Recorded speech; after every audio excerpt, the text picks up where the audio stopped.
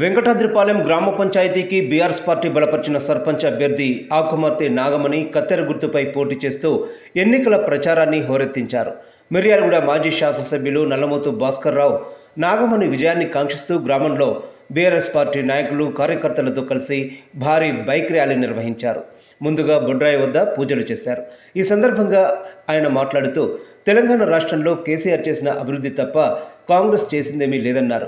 కేసీఆర్ ప్రవేశపెట్టిన సంక్షేమ అభివృద్ధి పథకాలకు రేవంత్ సర్కార్ తూట్లు పొడిచిందన్నారు. కేసీఆర్ హయాంలోనే గ్రామాలు అభివృద్ధి బాట పట్టాయని, నేడు అవి కుంటుపడ్డాయన్నారు. స్థానిక సంస్థల ఎన్నికల్లో బీఆర్ఎస్ సర్పంచ్ అభ్యర్థులను గెలిపించాలని పిలుపునిచ్చారు.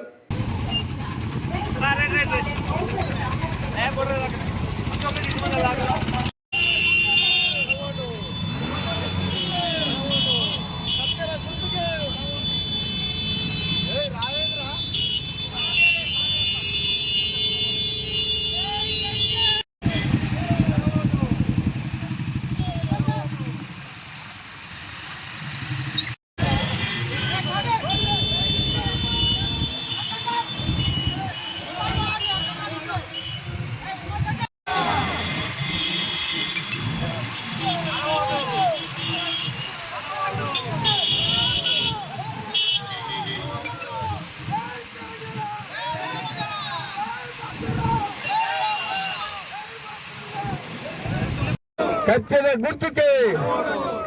గుర్తుకే రాష్ట్రం కేసీఆర్ గారు సాధించిన దాంట్లో మనం భిక్షం గారు మన మిర్యాలగూడ నియోజకవర్గంలోనే ప్రధాన పాత్ర పోషించిండు.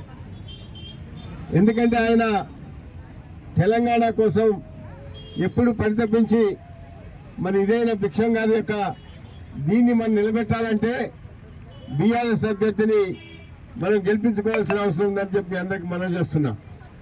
మీరు ఒక్కటే గుర్తుపెట్టుకోండి, అంత ముందు కానీ తెలంగాణ ప్రభుత్వం వచ్చిన తర్వాత, కేసీఆర్ గారు రాజ్యం వచ్చిన తర్వాత తెలంగాణ సుభిక్షంగా అన్ని రంగాల్లో, మరి గ్రామీణ ప్రాంతంలో కానీ అన్ని చోట్ల ఇండస్ట్రీస్ కానీ ఇంకేదండి అన్ని రంగాల్లో కూడా వ్యవసాయ రంగంలో అభివృద్ధి చెందడం జరిగింది.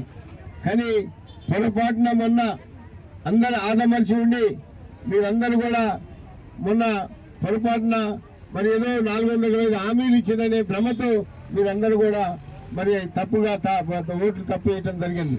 ఎందుకంటే ఏ హామీ కూడా ఆయన ఇప్పటివరకు నిలబెట్టలేదు, ఏ హామీ కూడా చేయలేడు. కేసీఆర్ గారి యొక్క దూరదృష్టితో అన్ని కార్యక్రమాలు ఇటు గ్రామీణ ప్రాంతం కానీ ఇటు అన్ని రంగాల్లో వ్యవసాయ రంగం కానీ ఎలక్ట్రిసిటీ రంగం కానీ అన్ని కూడా తీర్చిదిద్ది బ్రహ్మాండంగా దాన్ని డెవలప్ చేయడం జరిగిందని మనం చేస్తున్నాం. అసలు అటువంటిది వదిలిపెట్టి భ్రమలకు లోనై మొన్న ఇచ్చినారు. మరి ఆడవాళ్ళకి 2500 ఇస్తానంగానే అందరూ ఆశపడి అట్టేసినారు. ఆ 2500 ఇచ్చిండా? వాడు ఇవ్వలేదు ఇప్పటి వరకు. ఇవ్వడు కూడా ఇక ఇచ్చే ప్రశ్న కూడా లేదు. మరి 2000 4000 చేస్తాను ఇచ్చిండా? 4000 కూడా చేయలేదు. అట్నే 2 సంవత్సరాలు అయిపోయింది, 2.5 సంవత్సరాలు అయిపోయింది, అది కూడా ఇవ్వలేదు. మరి కళ్యాణ లక్ష్మి తులం బంగారం అన్నాడు, వాటి జన్మలో కూడా కళ్యాణ లక్ష్మి లేదు, తులం బంగారం లేదు. ఇప్పుడు పిల్లలు పుట్టిన తర్వాత కళ్యాణ లక్ష్మి ఇస్తుంది. అంతకుముందు మనం ఎప్పటికప్పుడు కళ్యాణ లక్ష్మి ఇచ్చేవాళ్ళం. ఈ విధంగా ఎందుకంటే వికలాంగులకు 6000 ఇస్తా అన్నాడు, ఇచ్చిండా? ఇవ్వలేదు. 2013లో ఓడిపోయిన తర్వాత కూడా ఊరు విడిచిపెట్టి ఎక్కడికి వెళ్ళలేదు. జనాలకి అందరికీ అందుబాటులో ఉన్నాను. ఆ రోజు నుంచి ఈ రోజు వరకు జనాలకి ఎక్కడ ఇబ్బంది వచ్చినా, ఎప్పుడు ఫోన్ చేసినా అందుబాటులోకి వచ్చి సర్వీస్ ఇచ్చి ఉన్నాను. మీరు ఒకసారి గమనించాలి. ఇప్పుడు నాకు ఆపోజిట్ పోటీ చేసిన అభ్యర్థి ఏంటి, నేనేంది అనేది ఒకసారి చూడండి. నేను డైరెక్ట్ మీరు నా దగ్గరకు వస్తే ఏ టైంలో అయినా సరే మీకు అందుబాటులోకి వచ్చి మీకు ఏ పని చెప్పినా చేసి 2 గంటలకు రాని, నైట్ 3 గంటలకు రాని, ఏ టైంకి ఫోన్ చేసినా నేను అందుబాటులోకి వచ్చి మీకు పని చేస్తాను.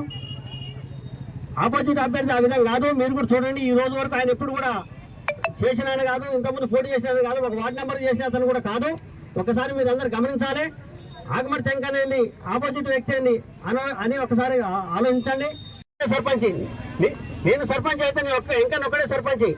ఆపోజిట్ వ్యక్తి రాము అనే వ్యక్తి సర్పంచ్ అయితే 14 మంది సర్పంచులు. ఒక్క సర్పంచ్ కావాలా, 14 మంది సర్పంచులు కావాలా? ఆ సర్పంచ్ కాడికి పోతే ఆ సర్పంచ్ ఏం చేస్తాడంటే, నేను కాదమ్మా, నేను కాదు సర్పంచ్ నేనే కానీ పని చేసేది నేను కాదు, మా వాళ్ళు ఉన్నారు, నేను వాళ్ళతో మాట్లాడుతా చెప్పిస్తా ఆయన దగ్గర తీసుకొని వెళ్తాడు.